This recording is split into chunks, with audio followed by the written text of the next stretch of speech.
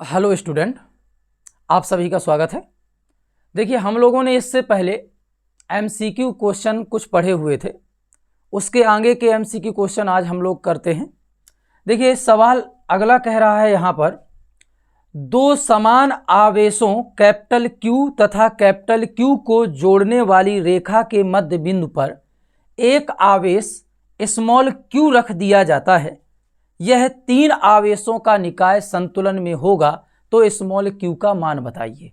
देखिए, जब भी इस तरीके का सवाल आता है कि निकाय संतुलन में होगा, इसका अर्थ होता है कि लगने वाले सभी बलों का सदिश योग शून्य होगा।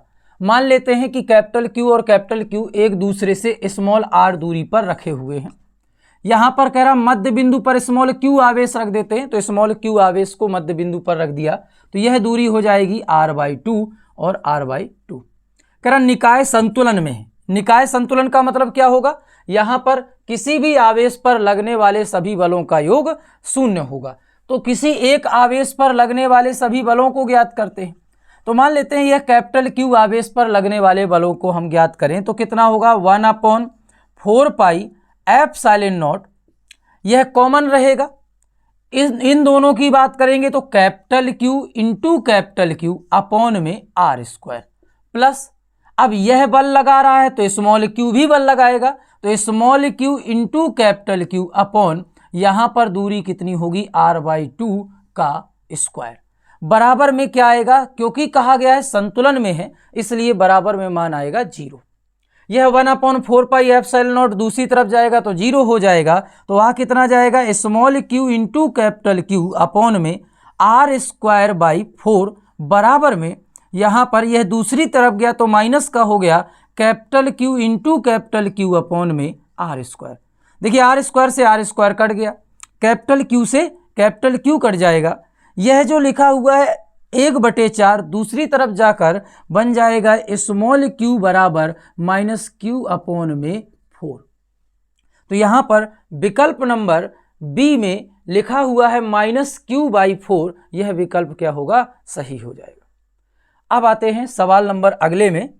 सवाल अगला कह रहा है, दो बिंदु आवेशों को पहले वायु में तथा फिर k परावैद्युतांक वाले माध्यम में परस्पर समान दूरी पर रखा जाता है। दोनों दशाओं में आवेशों के मध्य लगने वाले बलों का अनुपात बताना है। देखिए, सवाल में क्या कह रहा है कि दो बिंदु आवेश हैं, मान लेते हैं आवेश Q1 व Q2 हैं, एक दूसरे से समान दूरी पर r पर रखे हैं। कह रहा पहले वायु में रखा जाता है और फिर परावैद्युत माध्यम K में रखा जाता है। तो यदि वायु में बल हम F मान लें तो 1/4πε0 Q1 Q2 अपॉन में r², यह सूत्र होगा। और यदि हम परावैद्युत माध्यम में बल F' मान लें तो यहाँ पर सूत्र क्या हो जाएगा? 1/4πε0 K और इंटू में Q1 Q2 अपॉन r²। यहाँ पर हम लोग ध्यान दें तो 1/4πε0 से यह कट जाएगा, Q1 Q2 से Q1 Q2 कट गया, r² से r² कट गया। बटे में यह जो K लिखा हुआ है यह ऊपर पक्षांतरित हो जाएगा तो आ जाएगा F/F' बराबर K अपॉन में 1। यानी कि जो अनुपात आया वह क्या आया? F/F' का अनुपात आया K/1। तो यहाँ पर विकल्प नंबर बी लिखा हुआ है K/1, यह सही हो जाएगा। अब सवाल नंबर 11वां क्या कह रहा है, हम लोग इसको देखते हैं। सवाल नंबर अगले में कह रहा है, विद्युत रोधी माध्यम का परावैद्युतांक K का मान क्या होगा? देखिए, विद्युत रोधी माध्यम की बात करते हैं तो विद्युत रोधी माध्यम का मतलब होता है अचालक से। अचालक के लिए परावैद्युतांक K का मान पता करना है। तो हम लोगों ने पढ़ा हुआ है कि चालक के लिए K का मान होता है अनंत, वायु या निर्वात के लिए K का मान होता है 1 और अचालक के लिए K का मान सदैव होता है 1 से अधिक। तो कह रहा हो सकता है कौन सा मान? तो यहाँ पे -3 1 से छोटा है, गलत हो गया। 0 1 से छोटा है, 0.7 भी 1 से छोटा है। तो यहाँ पे केवल एक विकल्प ऐसा दिया गया है डी नंबर, जो कि 1 से बड़ा है 6। यही हमारा क्या होगा? आंसर हो जाएगा। अगला सवाल है, कह रहा वायु में रखे दो धनावेशों के मध्य परावैद्युत पदार्थ रख देने पर लगने वाला प्रतिकर्षण बल का मान कह रहा बढ़ जाएगा, घट जाएगा, वही रहेगा या शून्य हो जाएगा। देखिए वायु में रखे दो धनावेश हैं तो लगने वाला बल क्या होता है 1/4 epsilon not Q1 Q2 upon में R स्क्वायर। कह रहा है इनके मध्य लगने वाले बल का मान यदि परावैद्युतांक K रख दिया जाए तो मान बढ़ेगा या घटेगा या शून्य हो जाएगा। तो यदि हम लोग K रखेंगे तो सूत्र क्या हो जाता है 1/4 एप्सिलॉन नॉट K, और K अपॉन में आ रहा है, भाग में आ रहा है, इसका मतलब पूरा का पूरा मान क्या होगा, घट जाएगा, कम हो जाएगा। तो यहाँ पे आंसर कौन सा सही होगा, बी नंबर, घट जाएगा। ठीक है, अब अगले सवाल में आते हैं। सवाल नंबर अगला क्या कह रहा है, देखिए सवाल नंबर अगला कह रहा वैद्युत क्षेत्र की तीव्रता का मात्रक है। तो देखिए वैद्युत क्षेत्र की तीव्रता क्या होती है E, और E बराबर होता है F/Q। तो इसके मात्रक की बात करते हैं तो इसका मात्रक क्या होता है, देखिए इसका मात्रक हो जाएगा न्यूटन प्रति कूलाम। क्या मात्रक होगा, न्यूटन प्रति कूलाम। तो यहां पे पहला विकल्प दिया है न्यूटन इंटू कूलाम, तो यह गलत है। दूसरा दिया है कूलाम प्रति न्यूटन, यह भी गलत है। विकल्प नंबर सी कह रहा है न्यूटन प्रति कूलाम, और यह विकल्प सी सही हो जाएगा। ठीक है, तो यहां पर इस क्वेश्चन का कौन सा आंसर सही होगा, विकल्प नंबर सी। अगला सवाल फिर से कह रहा है वैद्युत क्षेत्र की तीव्रता का मात्रक है, और इस बार दिया गया है वोल्ट प्रति मीटर। तो देखिए एक सूत्र और होता है वैद्युत क्षेत्र की तीव्रता का, E बराबर delta V upon delta x. V यहां पर विभवांतर है तो V का मात्रक होगा वोल्ट, और प्रति यहां पर यह दूरी है तो मात्रक हो जाता है वोल्ट प्रति मीटर। तो वैद्युत क्षेत्र की तीव्रता का मात्रक क्या होता है, एक और वोल्ट प्रति मीटर। तो यहां पर विकल्प नंबर ए लिखा हुआ है वोल्ट प्रति मीटर, यह विकल्प सही हो जाएगा। सवाल नंबर 15वां कह रहा निम्नलिखित में से कौन सा वैद्युत क्षेत्र का मात्रक नहीं है। ये सवाल और अच्छा सवाल है क्योंकि इसमें यह कहा गया कि कौन सा मात्रक नहीं है, तो आपको काटना है इनमें से कोई एक ऐसा मात्रक होगा जो यहाँ पर वैद्युत क्षेत्र की तीव्रता का मात्रक नहीं होगा। पहला विकल्प क्या लिखा है, देखिए लिखा है न्यूटन कूलाम इनवर्स, इसका मतलब है न्यूटन प्रति कूलाम, ये तो होता है, इसका मतलब यह विकल्प हमारा सही नहीं है, हमको क्योंकि ढूंढना है कि कौन सा नहीं है। दूसरा लिखा है वोल्ट प्रति मीटर या वोल्ट मीटर इनवर्स, और अभी अभी बताया कि वैद्युत क्षेत्र की तीव्रता का मात्रक क्या होता है, वोल्ट प्रति मीटर। फिर चौथा देखिए, चौथा लिखा है जूल प्रति कूलाम प्रति मीटर इनवर्स। देखिए वोल्ट जो विभव है उसको हम लिखते हैं W/Q, और विभव का मात्रक W/Q को अगर हम लोग ध्यान दें तो यहाँ पर जो ये कार्य लिखा है, कार्य का मात्रक होता है जूल और Q का मात्रक होता है कूलाम। तो इसलिए यहाँ पर वैद्युत क्षेत्र की तीव्रता का एक और मात्रक बन जाएगा क्या, जूल प्रति कूलाम प्रति मीटर। यहां पर क्या हो जाएगा, जूल प्रति कूलाम प्रति मीटर। तो इसका मतलब विकल्प नंबर डी भी यहां पर सही होगा। तो विकल्प नंबर सी में कह रहा है जूल प्रति कूलाम, और जूल प्रति कूलाम किसका है मात्रक, वोल्ट का। तो इसका अर्थ यह निकला कि यह वैद्युत क्षेत्र की तीव्रता का मात्रक नहीं है, तो विकल्प नंबर सी यहां पर सही हो जाएगा।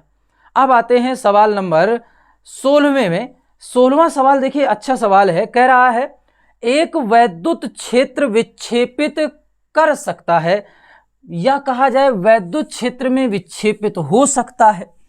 अब वैद्युत क्षेत्र किसको विक्षेपित करेगा, यहां पर इस बात को समझना है। वैद्युत क्षेत्र सदैव उसको विक्षेपित करेगा जिसमें आवेश होगा। तो पहला विकल्प लिखा है एक्स किरणें, और एक्स किरणें क्या है, एक्स किरणें यहां पर विद्युत उदासीन होती हैं तो इसको विक्षेपित नहीं करेगा। न्यूट्रॉन, तो न्यूट्रॉन भी क्या होता है, उदासीन होता है, तो इसको भी विक्षेपित नहीं करेगा। फिर लिखा है एल्फा कण, एल्फा कण में आवेश कैसा होता है, पॉजिटिव, तो इसको विक्षेपित कर सकता है।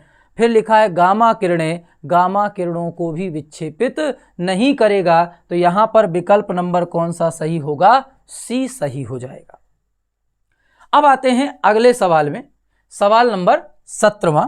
देखिए सवाल नंबर 17वां क्या कह रहा है, कह रहा प्रोटॉन व इलेक्ट्रॉन एक समान वैद्युत क्षेत्र में स्थित हैं। कौन कौन, प्रोटॉन जिसमें प्लस आवेश होता है और इलेक्ट्रॉन जिसमें माइनस आवेश होता है, एक समान वैद्युत क्षेत्र में स्थित हैं। तो कह रहा बताइए उन पर लगने वाले बल, वैद्युत बल बराबर होंगे, बलों के परिमाण बराबर होंगे, उनके त्वरण बराबर होंगे और उनके त्वरण के परिमाण बराबर होंगे। ध्यान देते हैं यहां पर हम लोगों को पता है प्रोटॉन प्लस होता है और इलेक्ट्रॉन माइनस होता है, तो लगने वाला बल F बराबर Q इंटू ई से आवेश बराबर है, तो बल का मान तो बराबर होगा, लेकिन प्लस में जो दिशा होगी वह माइनस में कैसी होगी, विपरीत। तो इसके लिए हम लोग यह नहीं कह सकते कि बल बराबर होंगे, क्योंकि बल में तो दिशा भी लेनी पड़ती है, तो ए नंबर तो गलत हो जाएगा। बी नंबर कह रहा बलों का परिमाण बराबर होगा, तो बी नंबर विकल्प हमारा यहां पर सही हो जाएगा, क्योंकि यहां पर F बराबर Q इंटू ई से दोनों में आवेश बराबर है और वैद्युत क्षेत्र की तीव्रता तो पहले से ही कहा गया है बराबर है, तो परिमाण बराबर हो जाएंगे। आगे सी नंबर में कह रहा त्वरण बराबर होंगे। देखिए F बराबर होता है m इंटू ए, तो ए होता है त्वरण, तो ए बराबर क्या आएगा, F अपॉन m। m द्रव्यमान है, इलेक्ट्रॉन और प्रोटॉन के द्रव्यमान अलग अलग होते हैं। इलेक्ट्रॉन का द्रव्यमान होता है 9.1 गुणे 10 की घाते माइनस 31, इसका द्रव्यमान लगभग लिख सकते हैं 1.67 गुणे 10 की घाते माइनस 27 किलोग्राम। दोनों के द्रव्यमान कैसे होते हैं, अलग अलग होते हैं, इसलिए त्वरण के मान बराबर नहीं होंगे। तो यहां पर विकल्प नंबर बी सही हो जाएगा। अब आते हैं सवाल नंबर 18वें में।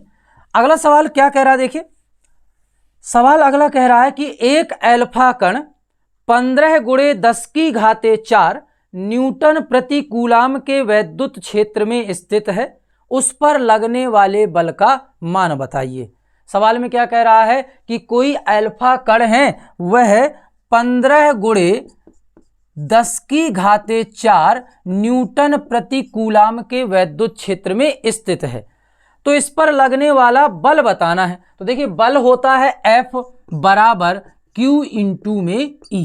अब यहां पर अल्फा कण पर आवेश कितना होता है, तो अल्फा कण पर आवेश होता है इलेक्ट्रॉन का दोगुना, कितना, प्लस का 3.2 गुणे 10 की घाते माइनस 19 कूलाम।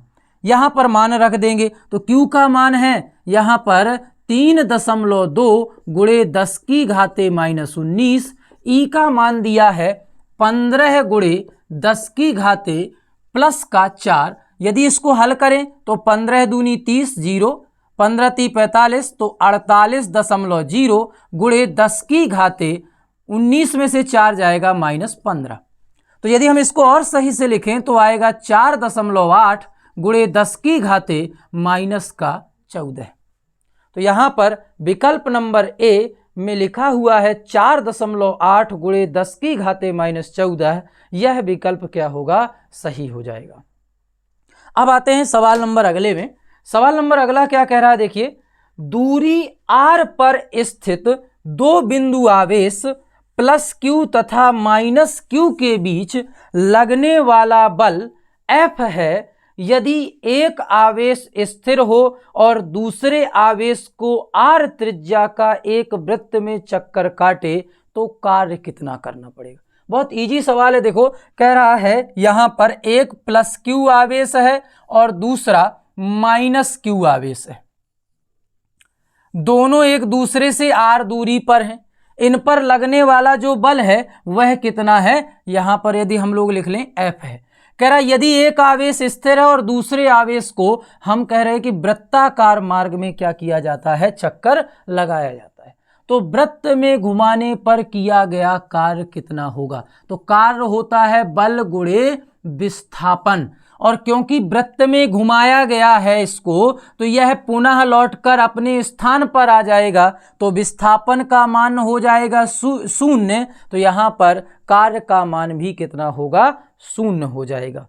तो यहाँ पर 20 का विकल्प नंबर डी सही हो जाएगा। ठीक है, अगले सवाल में आते हैं। सवाल नंबर अगला कह रहा है वैद्युत क्षेत्र E और P आघूर्ण वाले द्विध्रुव पर लगने वाले बल आघूर्ण का मान क्या होगा।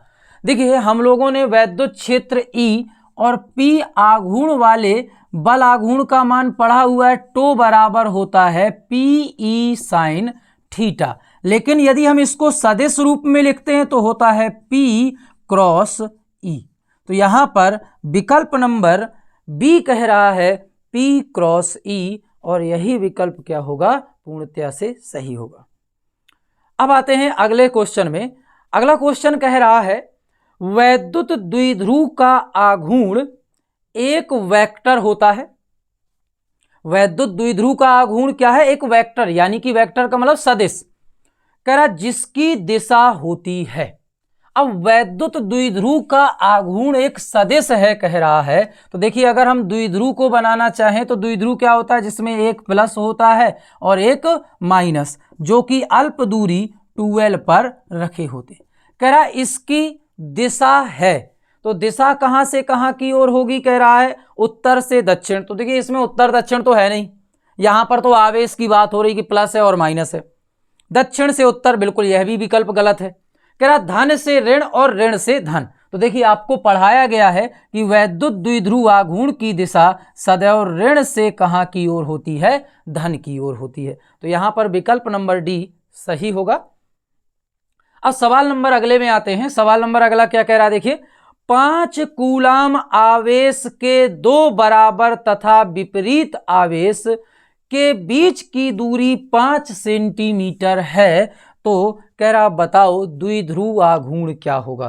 क्या कह रहा है, 5 कूलाम के आवेश हैं, 5 कूलाम के आवेश हैं, बराबर और विपरीत हैं, एक प्लस का है तो दूसरा माइनस का है, एक दूसरे से यहां पर कितने सेंटीमीटर की दूरी दी गई है, 5 सेंटीमीटर की दूरी पर रखे हैं। कह रहा द्विध्रुव आघूर्ण बताइए।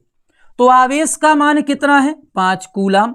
यदि बीच की दूरी की बात करें तो 5 सेंटीमीटर है, और सेंटीमीटर को हम लोग किस में बदल सकते हैं, मीटर में, तो 10⁻2 का गुणा होगा।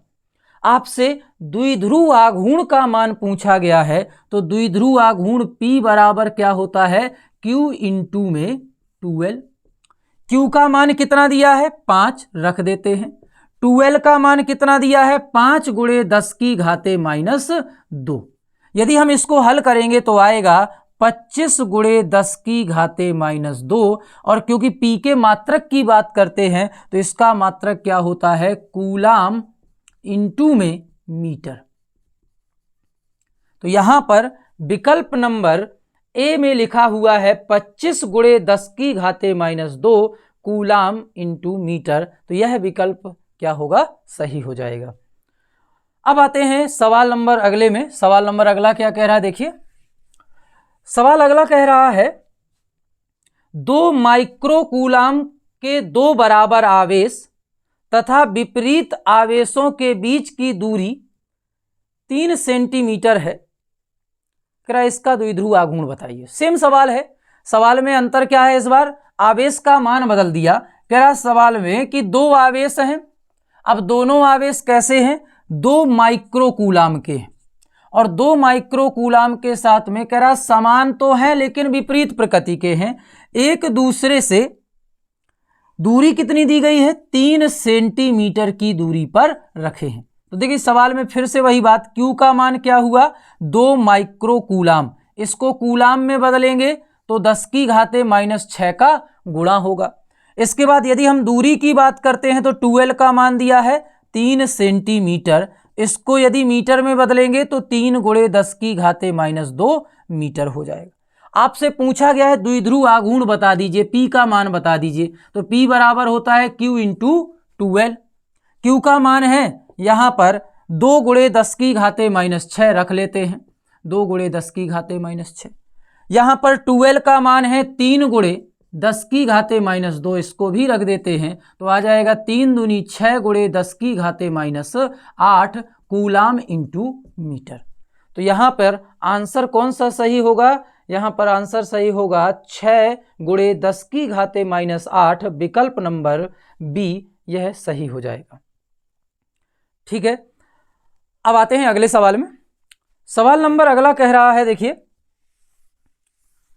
कह रहा है निम्नलिखित में से कौन सी राशि व्युत्क्रम वर्ग नियम का पालन नहीं करती है। कहने का अर्थ क्या है? देखो इसमें ऐसी कौन सी राशि है जो व्युत्क्रम वर्ग का नियम पालन नहीं करती। कहने का अर्थ है कि यह व्युत्क्रमानुपाती नहीं होगी। जैसे पहला कह रहा है एक बिंदु आवेश के कारण वैद्युत क्षेत्र की तीव्रता। तो देखो एक बिंदु आवेश के कारण वैद्युत क्षेत्र की तीव्रता होती है 1/4 pi epsilon not Q upon में R²। तो यह तो व्युत्क्रम वर्ग के नियम का पालन करती है। फिर कह रहा है सी नंबर, देखिए एक वैद्युत द्विध्रुव के कारण अक्षीय स्थिति में दूरस्थ बिंदु पर वैद्युत विभव। और फिर बी नंबर में कह रहा है, पहले बी सी नंबर को देखते हैं, विभव कहा गया है और विभव होता है 1/4 पाई एप्सिलॉन नॉट। अच्छी स्थिति है तो होता है सूत्र P अपॉन में R²। यह भी क्या कर रहा है? फॉलो कर रहा है। डी नंबर कह रहा है आवेशित गोले के कारण।